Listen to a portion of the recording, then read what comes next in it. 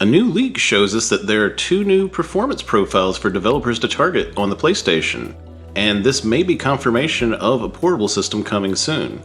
So now, if you don't know what that means, when developers are making games or apps, whether it's for a PlayStation or Xbox or Switch or Android or iPhone, any of these, they're going to have different developer profiles that they can target, so they know exactly how much performance, what kind of hardware they're going to be running these software on. And so originally, the PlayStation only had 1 profile, then they added a second profile for the PS5 Pro. I believe the code name was Trinity, and now there are 2 more for developers to have to think about. They are both low power profiles. One is for the PS5 low power, and one is for the Pro. So you've got these 2 ways that you could potentially save power, I guess, if you have a simpler game that doesn't need all the performance that's normally there, maybe for some kind of simple video app or some kind of really simple game. But the more likely thing is that these are going to be targets for developers to use when they're making games for the new handheld platform. Now, this leak comes from Moore's Law is Dead, and he had a similar theory to what I'm telling you about today here, that it was going to be used for the portable system, but I think there's some details he missed that I want to point out. First off, what is the point of having a low power profile for the PS5 Pro, you may ask?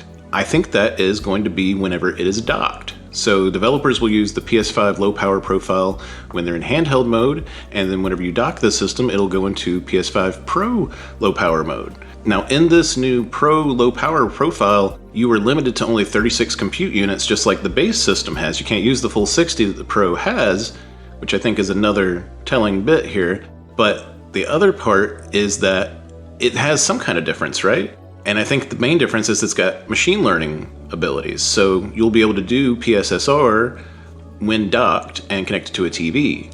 The other idea that he had was that there was going to be somehow ability to play PS6 games on this thing too. I don't think that's happening.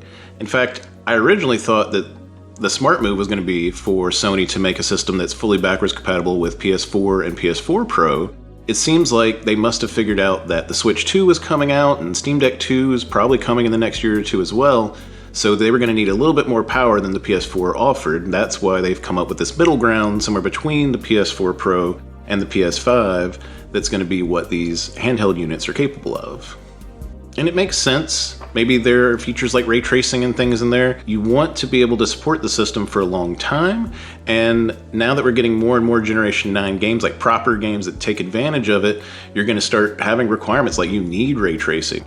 There are lots of features and abilities like mesh shaders and things that older system PS4 did not have that would be useful in this new system. So I kind of get why they're making these new profiles, although they're going to make the life of developers more complicated than they had to. But yeah, if they had released this console this year or last year with the PS4 ability, then that could have worked. But it's too late for that now. So this is the path that I think they're going to go on. Now, how much will a system like this cost? Probably going to be in about that $450 to $500 range.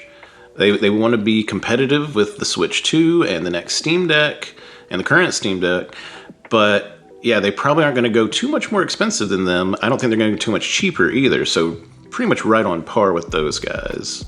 The worrisome part in this is that if this is going to be their new baseline entry model system to get people in the door with PlayStation now, that means the PS6 is going to be more expensive. I had really hoped they weren't going to push it up, like some people are saying, to PS5 Pro levels, but we might get a $600 to $700 console for the next PS6 as a result of this by comparison.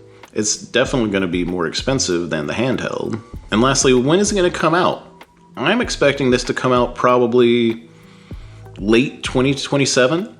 It could be next year, could be as early as next year, but yeah, I think the smart move for Sony is release this about 1 year before the PS6 comes out, because you don't want them competing with each other. You want to have a little bit of gap between them. So let's go ahead and release it in 2027, and then the PS6 comes out in 2028. Now, some are saying the PS6 is going to come as early as 2027, so maybe that means it comes out next year in 2026, the handheld that is, and then we get the full PS6 the following year in 2027. Somewhere in the next couple years, I guess we'll find out. But for today, that's all we've got to discuss. Thanks for stopping by my channel. Please take the time to like and subscribe if you enjoy my content, and thanks for watching.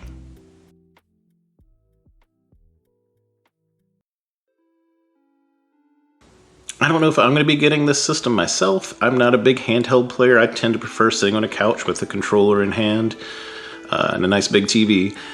But yeah, it's pretty cool to see Sony getting back into the game. You know, there was a lot of stagnation when they dropped out. Nintendo pretty much just did whatever they wanted, and there's been not a lot of competition outside of Steam Deck. And sure, Steam Deck and all the other different handheld PCs are making a little bit of a dent, but if you look at sales numbers, like Switch is just way higher. So they need a more proper actual console competitor instead of this like pseudo console like PC experience that's moderately popular. People a lot more popular, the internet probably thinks, than reality. But yeah, we'll just have to see. But yeah, just want to make a quick video about this for y'all today, and I'll see you next time.